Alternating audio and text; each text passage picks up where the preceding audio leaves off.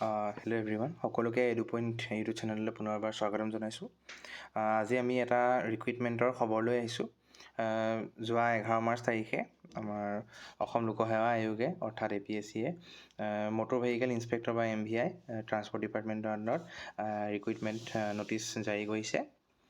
তাতে total number of পষ্টেজ আপুনি দেখা পাইছে যে এই PDF-টোত 18টা টোটেল 18টা আছে। এনেই অ'পেন কেটেগৰীত বা আনৰিজাৰ্ভত 12টা, তাতে আপোনাৰ ৰিজাৰ্ভ ফ'ৰমেন 4টা, OBC 4টা, বাকী SC 2টা, আৰু তেনেকৈ গ্ৰেণ্ড টোটেল মানে টোটেল আপোনাৰ 18টা পোষ্ট আছে। তাৰে 6টা পোষ্ট হ'ল আপোনাৰ ৰিজাৰ্ভ ফ'ৰমেন। ইয়াতে আপোনাৰ স্কেল হ'ল এইটো এটা গ্ৰেড 2 চাকৰি হয়। 22,000 to 97,000 পে' স্কেলৰ, গ্ৰেড পে' 9,400 অৰ্থাৎ পে'মেণ্ট 3 গ্ৰেড 2 চাকৰি হয়। ভাল চাকৰি অতিকৈ। ইয়াৰ এডুকেশ্যন কোৱালিফিকেশ্যনখিনি চাই লওক, কোনে কোনে দিব পাৰে। চ' আপোনালোকে হয়তো HSLC পাছ কৰিব লাগিব আৰু 3 বছৰ ডিপ্ল'মা থাকিব লাগিব অট'মোবাইল বা মেকানিকেল ইঞ্জিনিয়াৰিঙত, যিকোনো এখন মানে গভৰ্ণমেণ্ট ৰিকগনাইজড ইনষ্টিটিউটৰ পৰা বা AICTE ৰিকগনাইজড। আৰু তাৰোপৰি এজ ৰিলেক্সেশ্যন আছে। এনেই আপোনাৰ জেনেৰেল হ'লে ধৰক 21 ইয়াৰ্ছৰ পৰা 38 ইয়াৰ্ছলৈকে, আৰু এজন 1/1/2024, আৰু বাকী আপোনাৰ এনেই SC ST হ'লে 5 years relaxation, that is 43 years, OBC MOBC হ'লে 3 years, দেট 41 years। বাকী এইখিনি চাই ল'ব পাৰে আপোনালোকে ভালকৈ গোটেই বস্তুখিনি।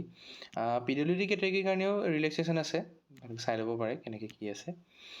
গভৰ্ণমেণ্ট এমপ্লয়ী যদি কোনোবা হয় আমাৰ ষ্টেট গভৰ্ণমেণ্টৰ, তো তেওঁলোকে বস্তুটো এপ্লাই কৰাৰ লগতে মানে আপোনাৰ NOC এখন আপলোড কৰিব লাগিব। মেনশ্যন কৰি দিয়া আছে, however candidate seeking any pay protection or continuation in service must upload no objection certificate against the applied post. আৰু ইয়াৰ উপৰি বাকী স্মল ফেমিলি নৰ্মছখনটো আপোনালোকে জানেই, কৰিব লাগিবই।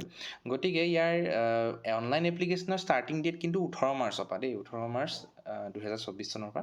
আজি আপোনাৰ ধৰক 14 মাৰ্চ হৈছে, তো এই ভিডিঅ'টো আপলোড কৰালৈকে ধৰক 15 মাৰ্চ হ'বগৈ। তো আপোনালোকৰ 18 মাৰ্চ 2024 চন অৰ্থাৎ অহা সোমবাৰৰ পৰা আপোনালোকৰ মানে অনলাইন এপ্লিকেশ্যন ষ্টাৰ্ট হ'ব। ক্লজিং ডেট 17 এপ্ৰিল, আৰু লাষ্ট পে'মেণ্ট কৰা লাষ্ট ডেট আপোনাৰ 19 এপ্ৰিল। তাতে আপোনাৰ প্ৰচেছিং ফিজখিনি যদি চোৱা যায়, জেনেৰেল কেটেগৰীৰ কাৰণে APSC যিটো নৰ্মেল ফিজ হয় 297.20, ST OBC SC সিহঁতৰ কাৰণে 197, তো BPL কেটেগৰীৰ মানুহসকলৰ কাৰণে 47.20, আৰু PWD মানুহসকলৰ কাৰণে 47.20। ইয়াৰ উপৰি কেনেকৈ এপ্লাই কৰিব লাগে গোটেই ডিটেইলছখিনি দি দিয়া হৈছে।